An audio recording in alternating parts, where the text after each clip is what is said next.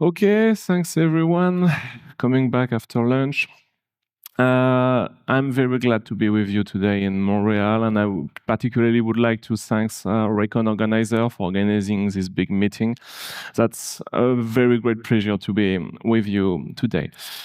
Today, I propose we talk together about WinpMem. That's a driver which is usually used with Volatility's software for forensic purpose, and Volatility is a driver that performs the capture of memory. And I would like to show with you some issues with these drivers that allow the forensic tooling to escape forensics. But first, who am I? I'm Baptiste. I work in Germany, but I'm from France, which explains my funny English accent in a way. I work for a company which is called R&V, Neue Netzwerke GmbH, where we make computer security for consulting. I'm a regular speaker at CAD, DEFCON, Zero Night, Cocoon, and so on. And Troopers also we organize in Germany, which was exactly yesterday. So please excuse my jet lag. I literally took the first planes to be with you today, all together. Great. A bit of context. Let's have a computer, and this computer received by any means malware, and sort of threat, and attack, anything you like, and now it's fire on your machine. And the goal of usually of incident response is to take information from that infected machine to know what's happened. And usually you can use a set of different toolings to do so, to capture all the memory in the computers, and from that memory extract a huge dump of it. And in this huge dump of everything, you have a lot of different process components and so on, and including what's wrong in the systems. And to be able to catch it, you use a software, usually Volatility, to have a big display of what's happened in the machine, the list of process, the list of users, what has been exploited, which object has been touched, and so on. And the goal is to take care of one of the capture tooling, exactly this one, which is called WinpMem.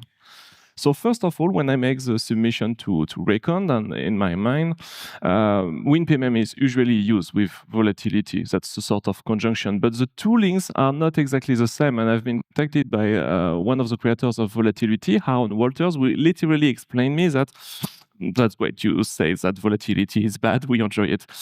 Because we are not good friends altogether. So we literally hate this project. The developers of WinpMem works for Volatility for a long time, Michael Coel.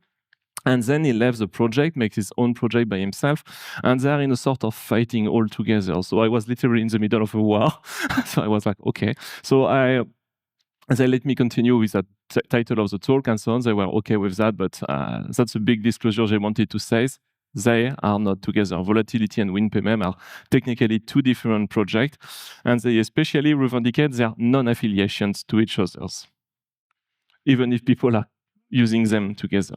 Okay, let's talk about the notion of memory dumper. So the idea is that when you have a problem on your machine, it's infected by a malware and so on, and you want to have clear pictures of what's happened in this machine. And to do so, we are using a component, WinpMem, for instance, which is a memory dumper. In the system, I've got many processes, and the kernel, user mode, kernel mode, each process has its own memory space.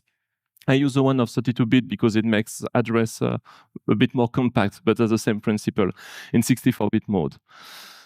And then in the kernel, for each process, I have a specific kernel register called CR3, the page directory based registers, which allow me to make a reference between each process and its memory space, the virtual memory space. As a reminder, each process has its own memory space between 0 to 7 FFFF, which is the virtual memory. And what is shared is a kernel memory for all the process in a way, even if only the kernel of Windows has access to it, and the physical memory, all of them together.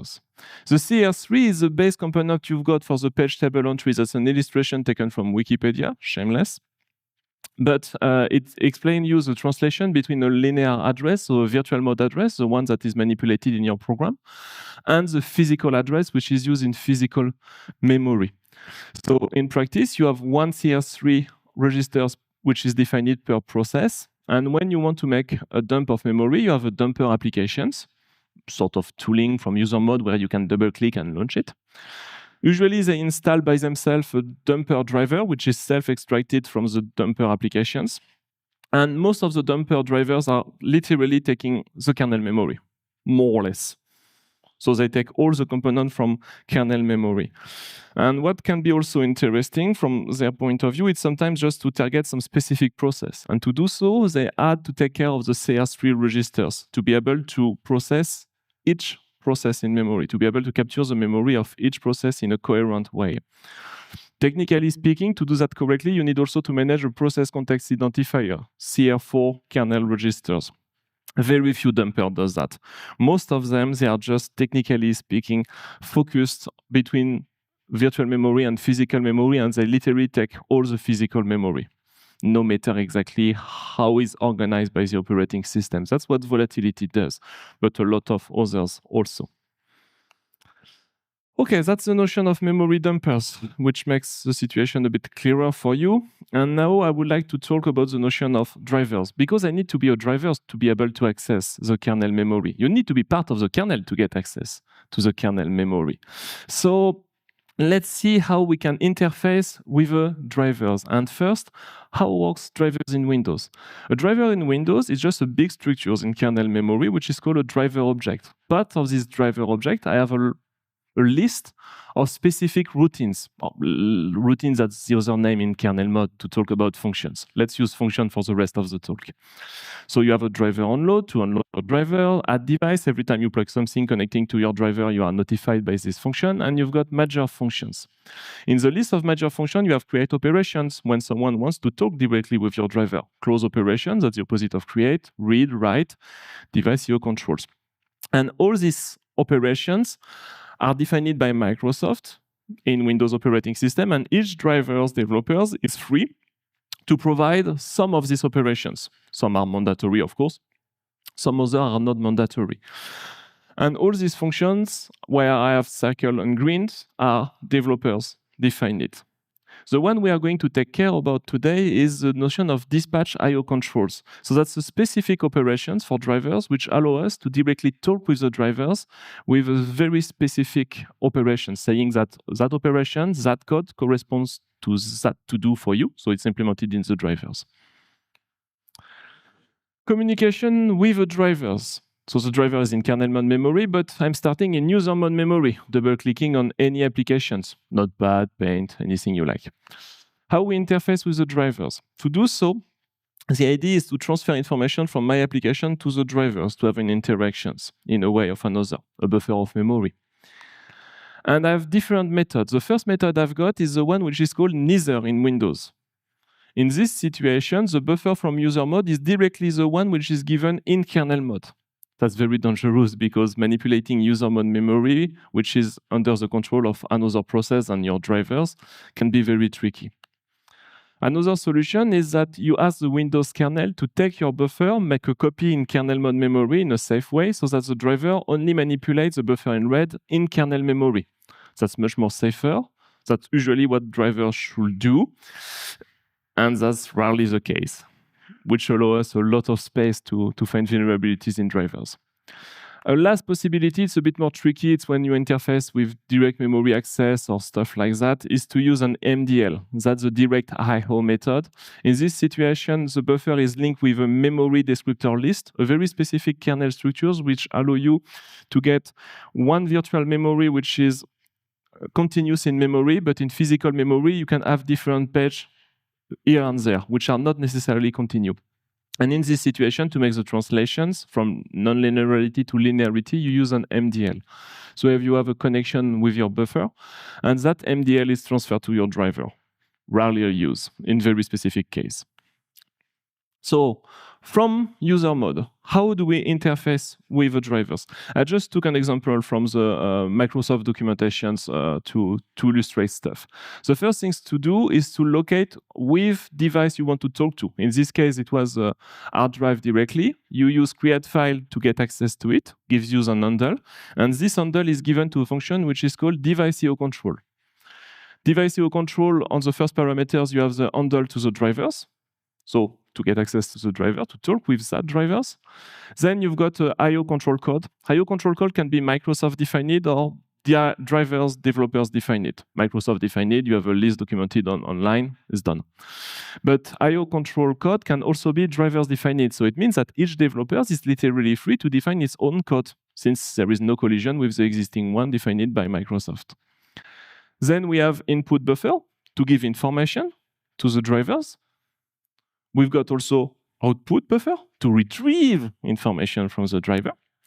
And we have a last structure which is called an overlapped, and that can be used to perform asynchronous operations. Instead of waiting that the drivers answer us, we do something else in parallel, and we are notified when the operation from the driver is finished. We are not going to use that, skip it.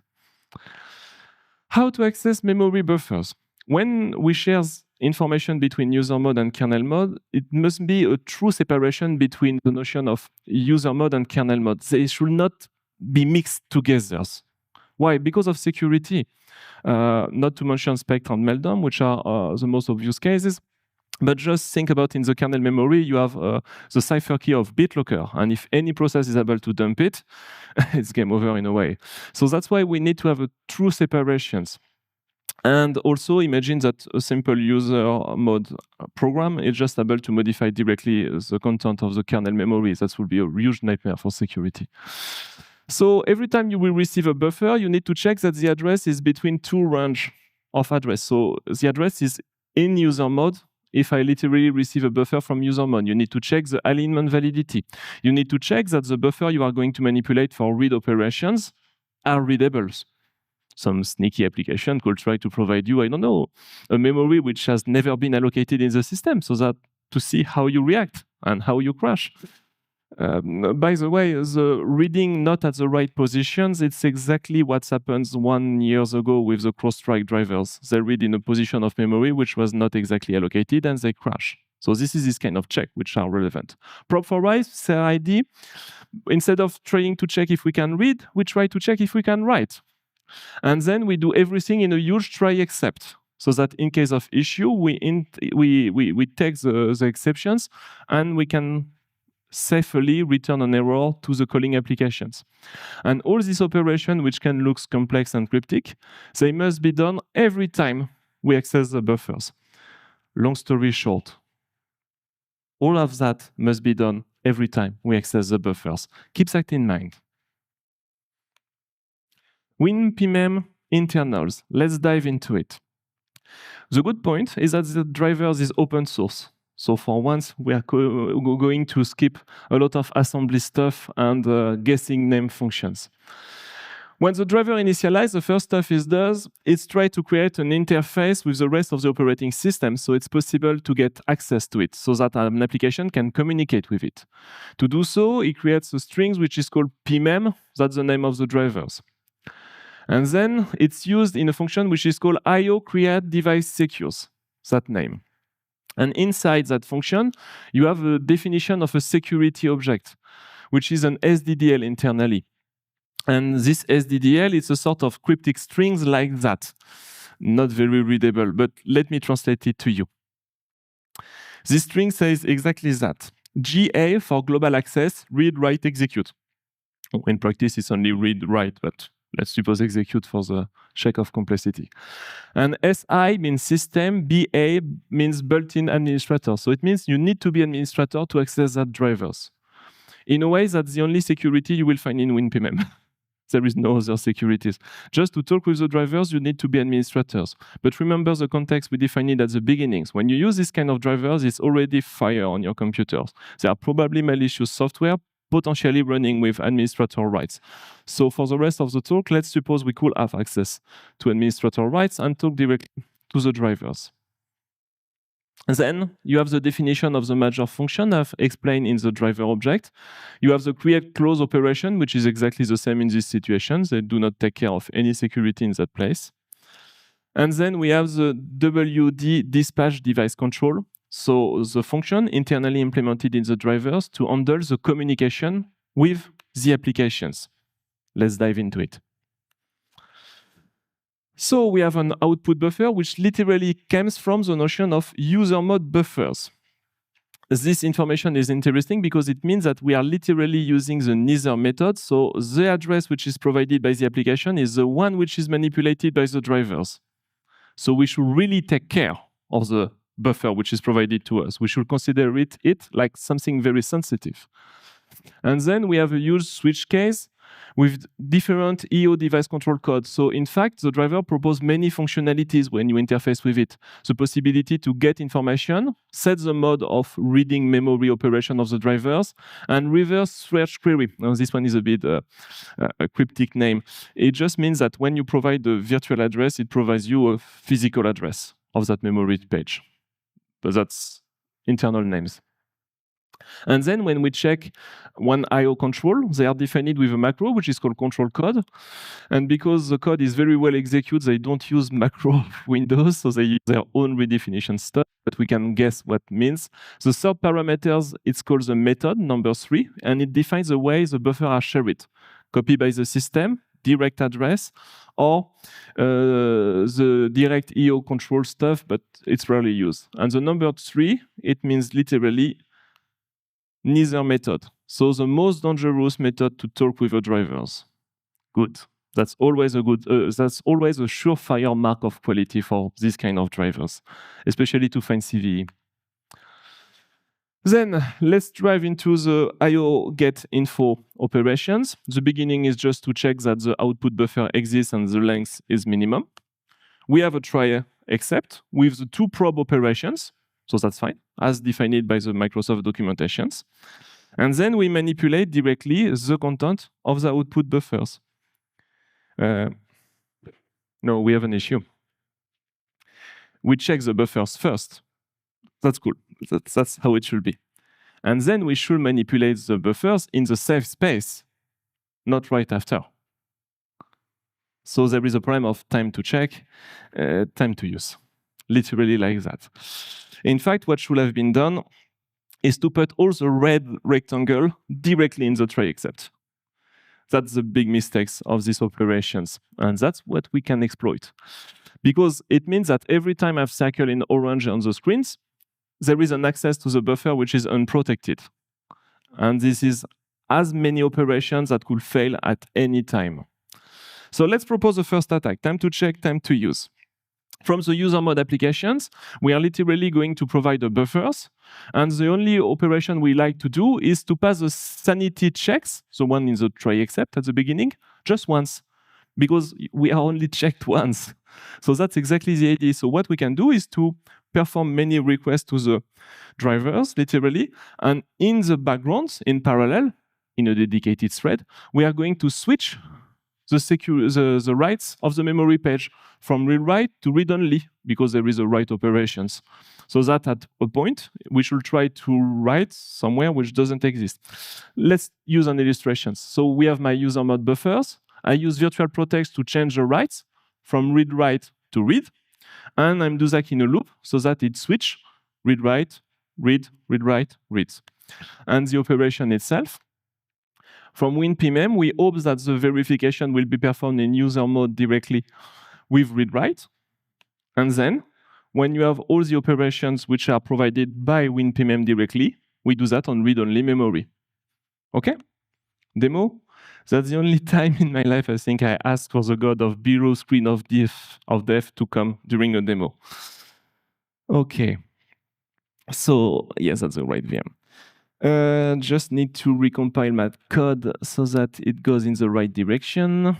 So BSOD actions, because that's the same comp for the 2 demo we have today. Up on the VM, I have a shared folders with my vulnerable WinpMem. I'm going to start WinpMem drivers. The spin does not install. Ah, nice.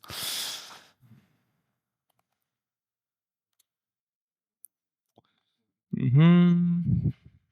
1 second. Well, WinpMem is okay.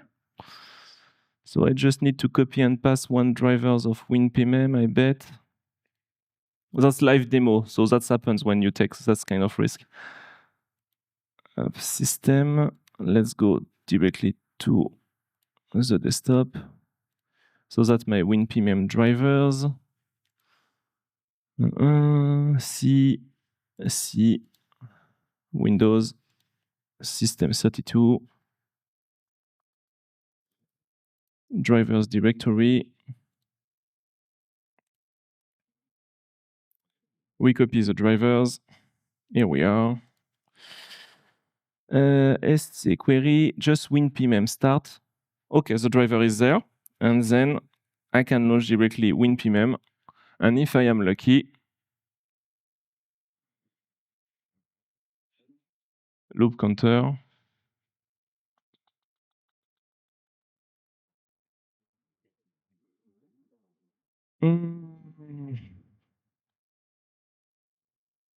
Come on, little bird.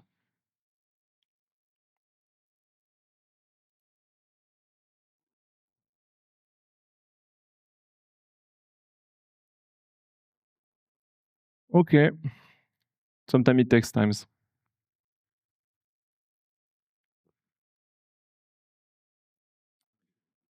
Okay, let's restart.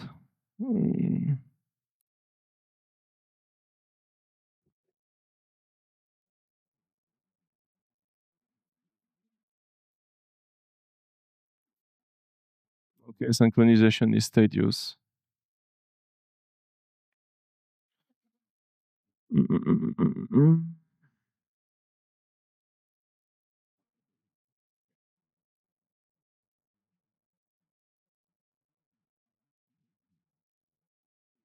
Let's restart the drivers.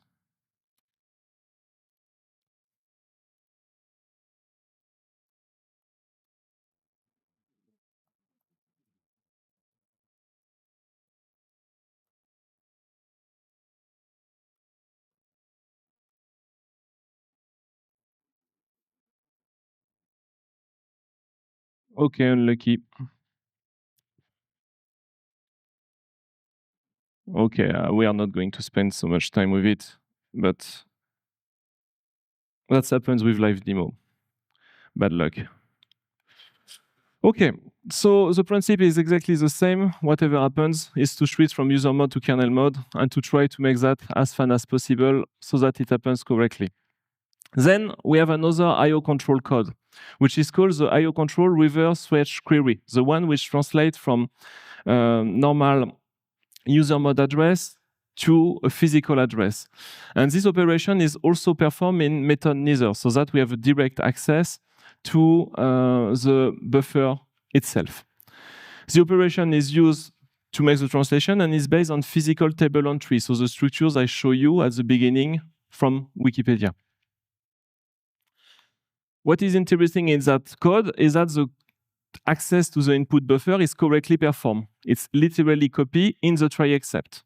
So there is nothing wrong about it. We cannot use a time to check, time to use. And the value copy is literally called in a function which is called virt_find_pte. In virt_find_pte, they use a function which is called get virtual physical memory to get access to that physical memory. And they reconstruct the PTE from step to step until they've got access to everything. And at the end, you have the structures like the PTE itself. Then let's continue in the function once the virtual find PTE has been called. You have a PTE status, and if PTE status is different from success, output physical memory is set to 0 in case of error. Let's consider the case when you don't have any error. The PTO structures is returned with present field in the PTO structures to mean that the memory is present in the machine. Then we check if we have access to large page, normal page of memory. Normal page of memory, it's 4 kilobytes. Large page could be 2 megabytes. And then we reconstruct from the page frame numbers, so that's macro with shift to be able to get access to that memory. We reconstruct the physical memory from the PTE. And the output is stored in out physical address. And then this output physical address is literally provided back in a try except, so that's correctly done, with a probe at the beginning on output physical address, directly to the output buffers.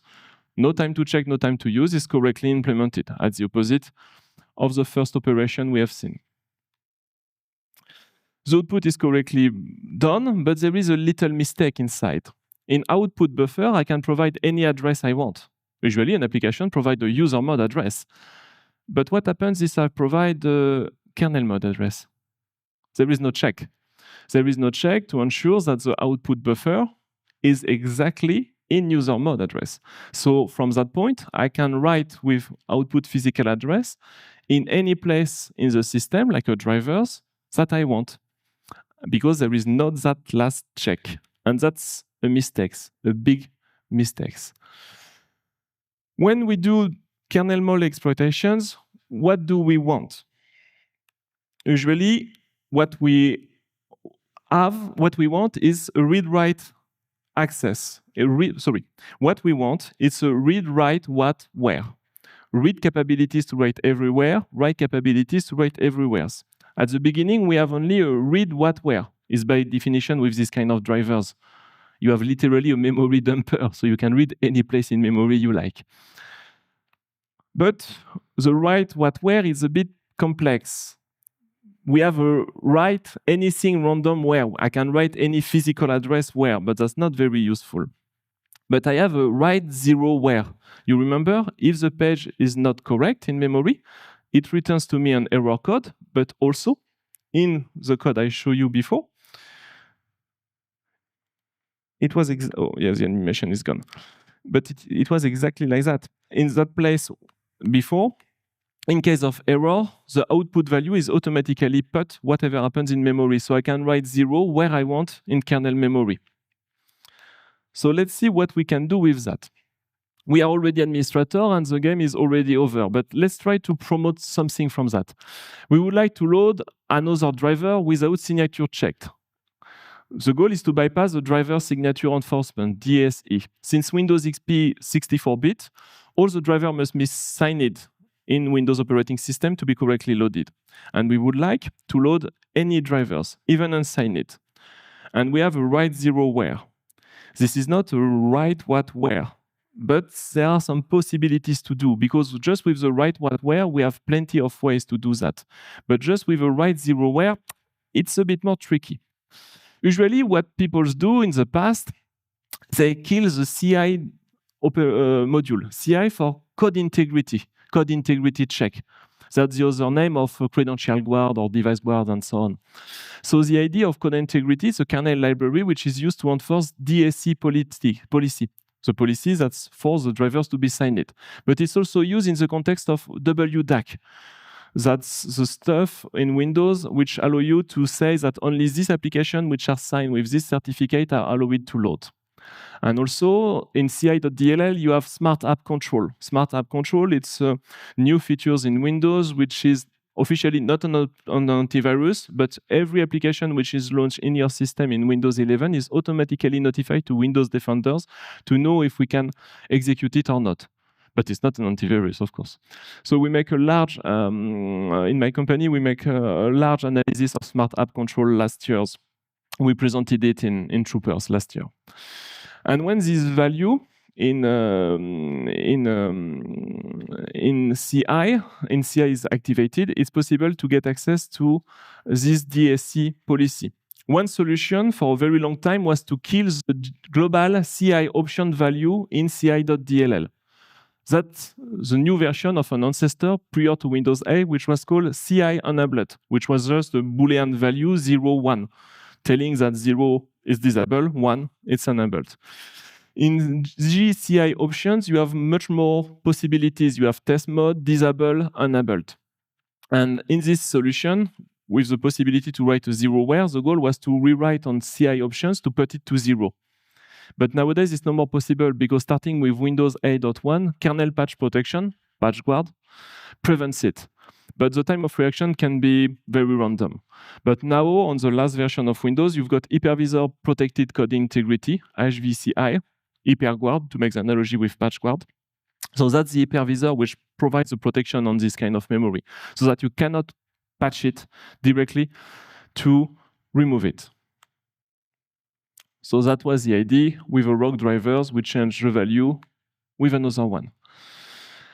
The techniques usually with ci.dll to bypass it is to use something else. in a very good article, which was called the Swan Song for Driver Signatures Enforcement Tampering in 2022. The idea was to replace not the global value, but the callback which is used to perform the check. In the NT kernel, NTOS kernel, when Windows is starting, is loading a huge set of callbacks to perform this verification of driver signatures automatically. Why you use callbacks? Because in your system, you can have two places where the verification can be performed. On the right side, on the regular kernel with ci.dll, and on the other side, on the secure kernel of Windows. That's when you set virtual-based security, the security with the hypervisors. In this situation, in memory, you have two places. You have one virtual machine, which is called VTL0. This is where you interact regularly with Windows, where you have your applications, where you can click, use a keyboard, and so on. And you have VTL1, which is another virtual machine, a very tiny one, a very small one, where all the very critical security operations are performed internally by the operating system. And that's why Windows use a set of callbacks, because some callbacks can come from VTL0, normal operating system, and some callbacks could come when VBS is turned on VTL1, so from the hypervisor itself. And the idea is quite simple, is to change one of these functions, which is called CID date image headers. So that's a full cryptographic function, very complex function, by the way. And at the end of these procedures executed by this function, if everything goes well, the function returns status success, value 0. So the idea is to replace this function with another function in the kernel already present, which in this situation always returns 0. And because that's callbacks, they are supposed to be changed during execution. It works pretty well. But this situation is possible only if we have a write what where, the capabilities to write any address where you want. We don't. We just have the capabilities to write a 0. And if you put that callback away with 0, you have a nice BSOD without to wait for the BSOD to be triggered, like my last demo. Another possibility is to use stuff which is called pipe-my-PID.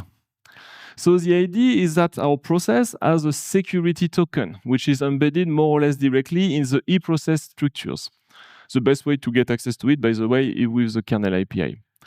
And the idea is very simple, is that we take our token and we replace it with the token of a most privileged process, like system, directly. I switch the two, and like that, I'm kind of operating directly part of the operating system and directly get access to the memory of the operating system and the kernel indirectly. So that system works more or less well. Now it's more or less protected also by HyperGuard. But to do so, to replace one token by another token, I need to write the other token. So I need a write what where. Still not what I want. We talk about the access token. Access token is the key of your process, which allows you to get access, but the security descriptor is the lock on the object, which check if your access token is correct or not. So if I cannot attack the key, maybe I can attack the lock directly. And for that, I can try to nullify the security descriptor on the process. It's use a write 0 where. So that's a very good technique. To do so, in the eProcess, I've got an object. The eProcess is the structures in memory, and a structures which is considered as an object. So it has the security descriptors. And in that security descriptor, I can try to nullify these security descriptors.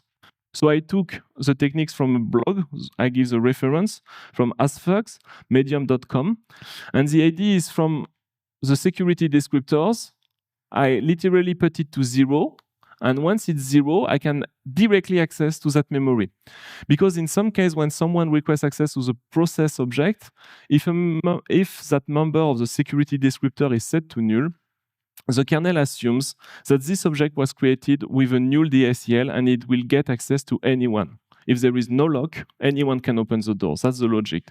So with open process and possibilities with read process memory, write process memory, it's literally possible to get access to the kernel memory to do exactly what we want.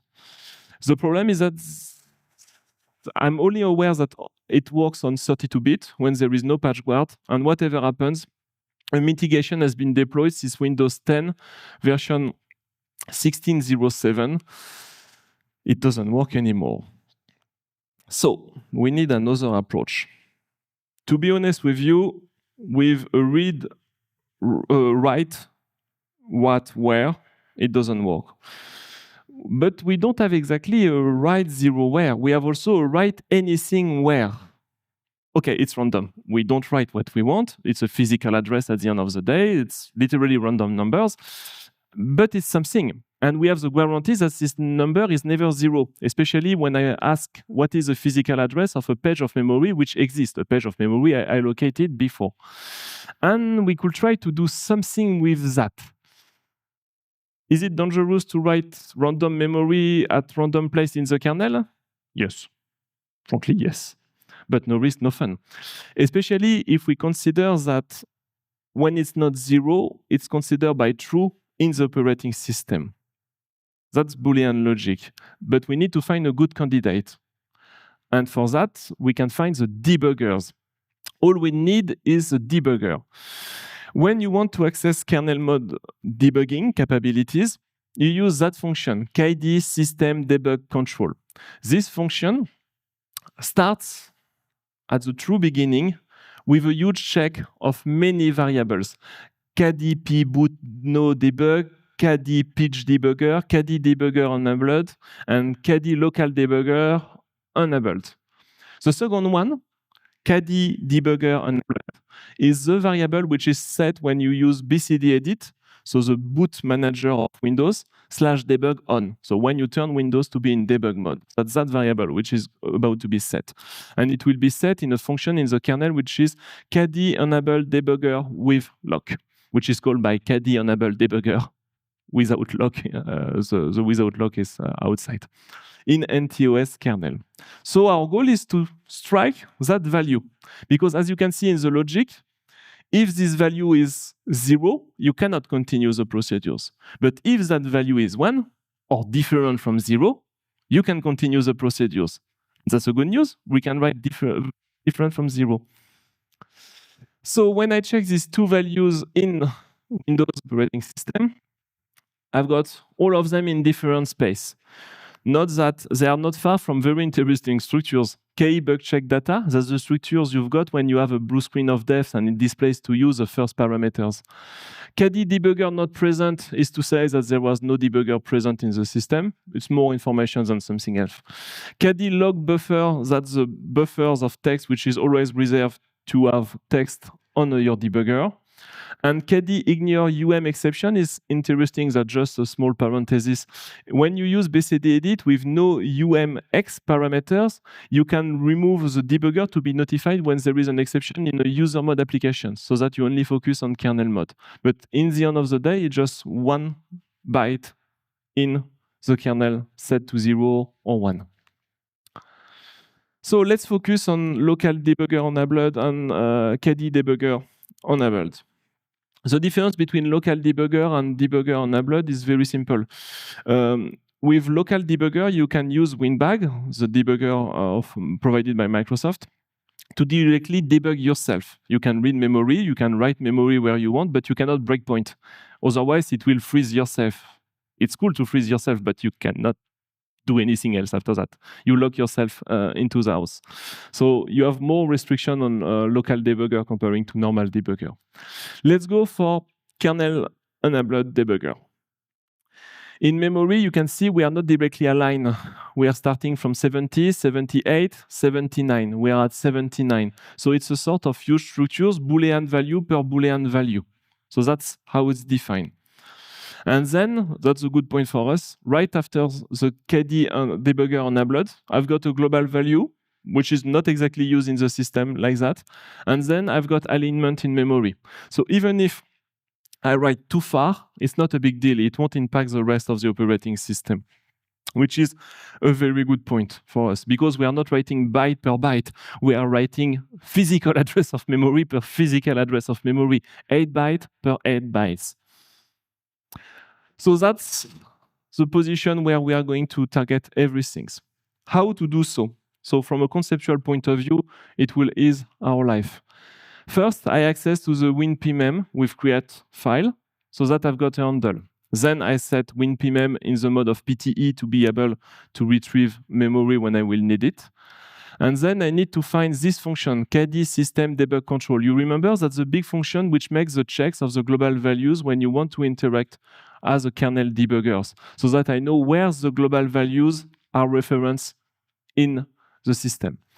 So for that, I load ntos kernel.exe. I get the base address on my user mode process, get process, so that I've got the address and the offset of that function, but is that function from my user mode perspective? I just have the offset from the base address of something. And then I will use that with the base address of the ntos kernel.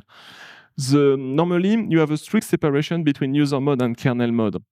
And in this situation, it means that the kernel mode address of very sensitive object should remain in kernel mode and never leak to user mode. But thanks to Microsoft, you have by design function like NT-query system information who leaks the address of the kernel mode directly. I think it's Alex Ionescu who did many years ago talks about many ways to leak some very relevant address in the kernel of Windows. Then I take that offset, the base address of my kernel, so that I've got exactly the address of KD system debug control function in the kernel. And then I can retrieve its physical address using WinpMem drivers. It's here for that. Let's use it. And then once I've got the address of my function, I can read the physical memory from it, because WinpMem is designed directly to read physical memory. And from that physical memory, I've got a kernel memory dump where I can look for the global value directly inside with a small disassembler in practice. And then I've got access to KD debugger enabled. So once I've got access to it, I need to perform my write anything where. First of all, I've got the handle of my drivers. And then from that function, KD system debug control, I've got a physical address. In practice, and that's a good luck for us, that address is more or less always the same, and especially on my virtual machine. So it finished with 00 and FA, it's just before. And in this situation, it's very cool because, as you remember, the value that we are targeting is not exactly aligned on a multiple of 8 in memory. It's number 9 at the end. So that's a very good candidate for us. And then, as an output value, instead of writing in user mode variables, I'm going directly to write on this variable, so that the physical address of that function will be written in that variable, erasing the value of the kernel debugger from 0 to something different from 0, allowing the operations. So that's the attack, write anything where. Before the demo, oops, it goes too fast. Before the demo, I have a small issue.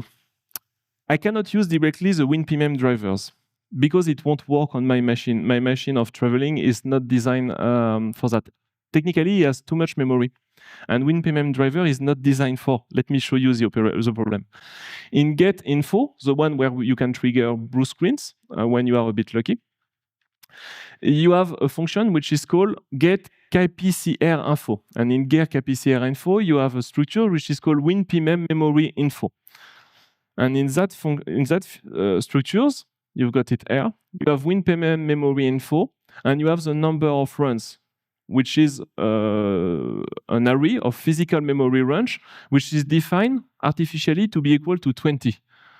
And 20 is not enough for virtual machine or machine. So when you use sometimes WinpMem drivers and it doesn't want to work, it's because of that. This value is too low. It was okay for Windows XP time or Windows 7 time, but no, not anymore for modern operating system. The fun with this situation, and just to show you the problem, is that this information, this run, are recorded with the function which is called just before get kpcr, but add memory range values. Add memory range values use a function which is called get physical memory range, which returns the pointers with all the run in the operating system. A run is a sort of memory representation, if you want. And they are literally aware in this function that it's a dynamic pointer. They know the size can be different. And more than that, they are counting the number of runs inside. So they could literally make a dynamic allocations, record everything correctly, and it will work on every system. But they don't. Voilà. That's WinpMem design. So it means that I need to use my own version of the drivers, literally. So I need to recompile the drivers and put the test signing mode on. So we are not going to load the driver which is unsigned because I need the unsigned drivers or third drivers to do so. So that's a big problem. Another stuff, the only version which is signed from WinpMem is version 2.0 or 2 point something. That's the only one which is signed. So that's the version that is used by anyone normally. Version 2 has some exclusive bugs that have been patched in version 3. Version 3 has some exclusive bugs that have not been patched. And both versions are sharing some common bugs altogether. So it's just 50 shades of bugs between the different versions of that drivers. So I need to launch an unsigned version of WinpMem. So we already bypass anything, and not to make a sort of fake demo like I load the drivers that whatever happens will have load. I propose to use this vulnerability to remove my own drivers, my own debuggers. So I'm going to launch a VM. So not that one anymore. We are not good friends. But I'm going to use another VM where I use a debugger on that VM directly. I'm going to share my drive with that VM, connect.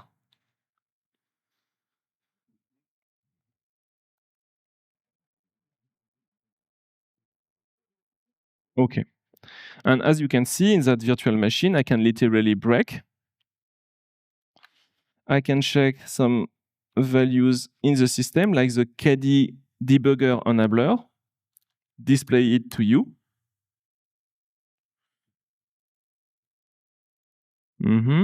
I think I need to reload the symbol. So it can take a little time.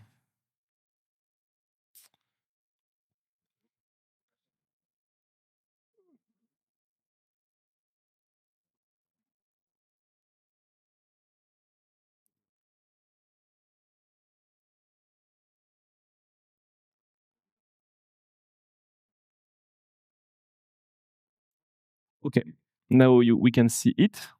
So you see KD debugger enabled, and the value is equal to 1. So what I propose is to take that value and put it to 0, so that all the operation coming from the drivers will be now blocked automatically by the Windows API. So I launch everything back. I just need to reset up my code. And def. Okay. We will publish the code in a GitHub after the conference. And checking that we are putting everything to false. Yes. I recompile.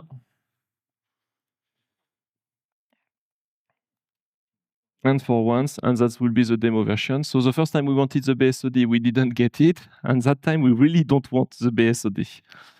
Start WinpMem.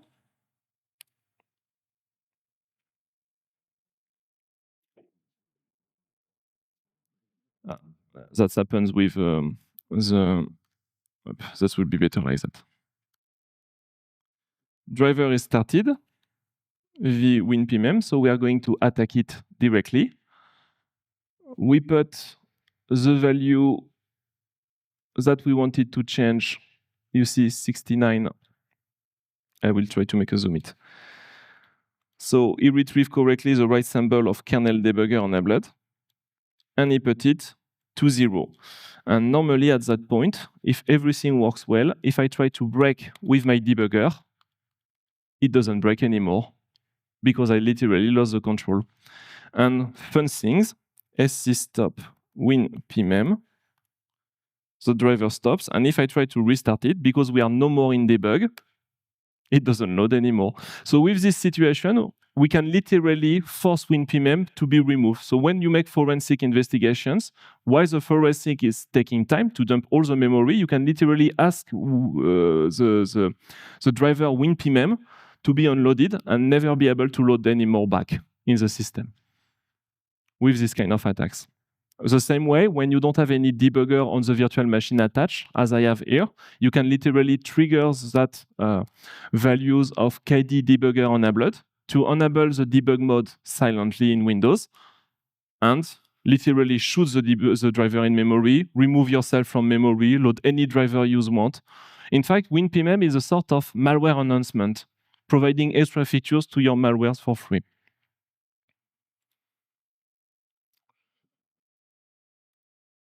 So both demo and both bugs I show you trigger a CVE, which leads to conclusions.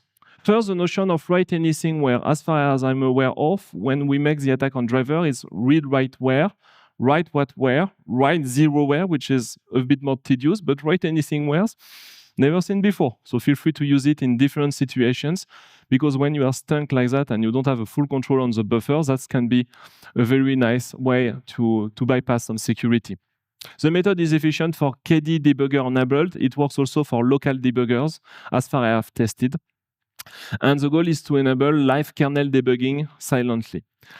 The technique might not be perfect, by the way, especially on Windows 11. When I tested on different Windows 11 versions, Windows 10, I don't have any problem, but Windows 11, I could have some problem. I could face some sporadic disconnection of the debuggers during the operations because we are targeting some values sometimes too far when we are writing the full physical memory, and that sometimes the kernel can be a bit disabled. That's my explanation from my technique. Also, it can be due to WinpMem. For a long time, I had to debug WinpMem itself just to be able to find a right way to interface with it, because that driver is very itself. The quality is not his main cup of tea. So it deserves better tested. But reversing other drivers and security products, I found one of them which was using techniques by editing the live kernel debugging for security purpose. So be aware that this technique is also used in the wild. Maybe I should come back a day with a talk regarding how works this security product. The WinpMem driver must be avoided in worst place, that is to say, everywhere. There are possibility of BSOD in this driver. There are possibility to use the driver to remove anything from memory, write zero where. You can literally use a write zero where to remove your own malware from memory. Same for write what where. You can write any random value at that position. Both are perfect for malware to remove anything anywhere from memory, a paradox for a forensic tool. It's widely used by a lot of security experts in the worst case for incident response. But as a mitigation, you need to be an administrator to interface with that drivers. WinpMem has corrected the bug and updated the drivers. But this is an open source software with no automatic softwares, and the driver must be signed. That's interesting. When we check on the change log of the WinpMeg, in version 3, the team has written, do not expect any new compile release with a signed driver again. Although this might be possible in the futures, it won't. You could use test signing and load the driver with any suitable tool.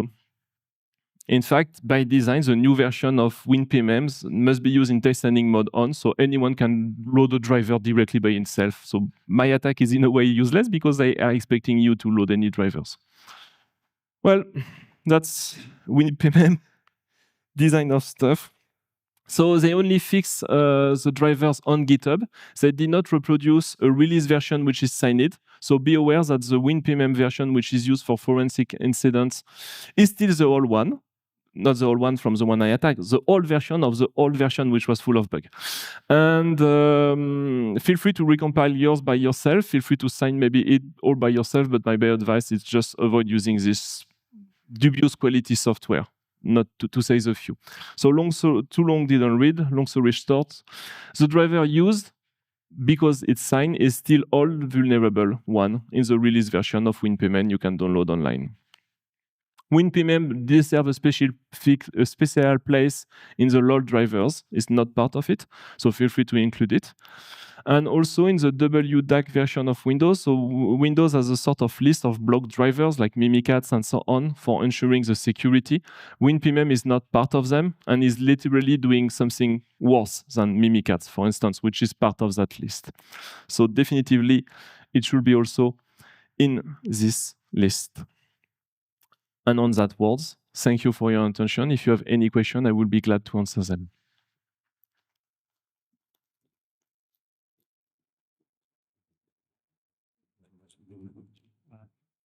in the middle of the room. So it's always a run for the organizer of Recon. You mentioned that WDAC is not an antivirus. What is that? WDAC? It's not an antivirus, you said. No, it's not exactly an antivirus. The WDAC is just a system which allow you to launch only the software which are known to be good because they are signed by you or managed by your MDM or something like that. But what I explained in this situation, if I remember well, it's part of CI.dll. The procedures which check the driver's signatures is the same which checks the application, DLL, and so on signatures because everything is MZPE from a executable file content. And in these situations, as the same code, there is no need to duplicate that code in the kernel. And these procedures also, by checking the signatures, is not only doing WDAC and driver signature enforcement, but they are also doing another feature which is called Smart App Control. Because on Smart App Control, it's a bit out of topic, but to make the long story short, this idea of these features is to check that all the applications that are not signed must be checked by Microsoft before being executed on your system.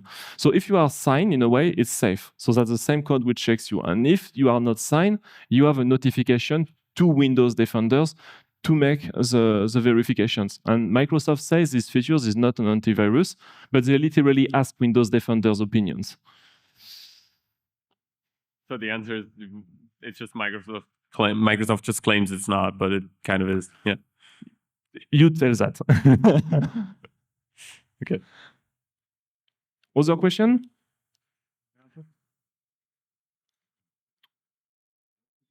So it's time for a cup of tea, a cup of coffee, and the next speakers, I bet. Thank you very much. One more time.